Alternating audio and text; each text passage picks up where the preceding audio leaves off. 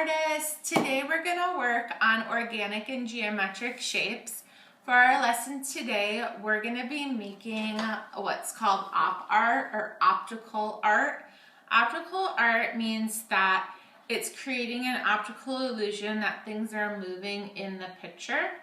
And we're going to do that by tracing our hands, which will be our organic shape, and then using geometric shapes in the background. So let's get started. So the first thing you're going to need to do is you're going to need to trace your hand. I'm using a marker so that you can see what I'm doing, but I would like you guys to use a pencil because you're going to need to overlap your hand, and I don't want you to do it in marker and then not be able to erase. So I traced one. Now I'm going to trace my hand again. And like I said, you're going to be overlapping. You'll see in a minute where part of the hand's going to go behind the other hand. And then I'm just going to connect the lines there. So for your artwork today, we're using shape. Shapes are not only a large component of any art piece, but they're also everywhere in the world. Everything is either a geometric or an organic shape. For our hands, this is considered an organic shape. Organic shapes are shapes that have irregular contour and follow no rules. Typically things that are found in nature, like us, humans, animals, leaves, clouds, or puddles, are organic shapes. In our background, we're going to use a geometric shape, a circle, and we're going to create this circular pattern. Some of my students have difficulties drawing a circle, and so if you want to trace something in your house to create your circle pattern, you can do that to get started. That's good practice tracing shapes so you get good at drawing them. And I'm just creating the circle, and it's getting bigger and bigger as I go around.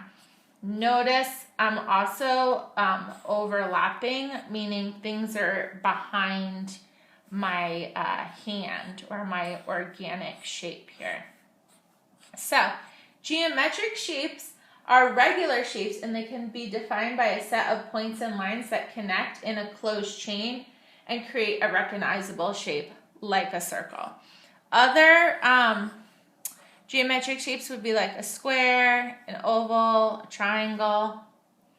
Okay, so now the next thing that you're going to need to do is we want to make this look like an optical illusion. To do that, we're going to add curved lines to our hands.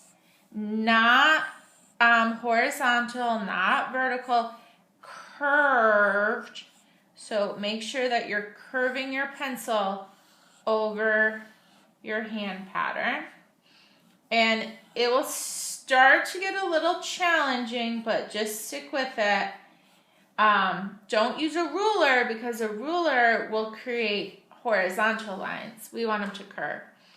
So once you have that done, then you're going to be adding color, and to make it look like an optical illusion, you want to color one section, and then you want to skip a section and leave it white or the color of the paper and go to the next one. So you can use markers, crayons, or colored pencils to do this. If you don't have markers, crayons, or colored pencils, you can use your number 2 pencil and do a gray. And you're just alternating as you go over each section. Now you're going to stay with one color. So I'm going to do pink, white, pink, white, pink, white for both hands. Then for my background, you're going to pick a different color, and you're going to do the same thing where you're filling in purple, white, purple, white, purple, white. I like to turn the paper when I'm coloring too. This way I don't smudge, and it helps me to fill in the section I'm working on better. as I go around. And then once you finish coloring, this is what your final artwork will look like. So again, you got organic, geometric, and your artwork will look like there's movement in your picture with the optical illusion. Okay guys, see you next time.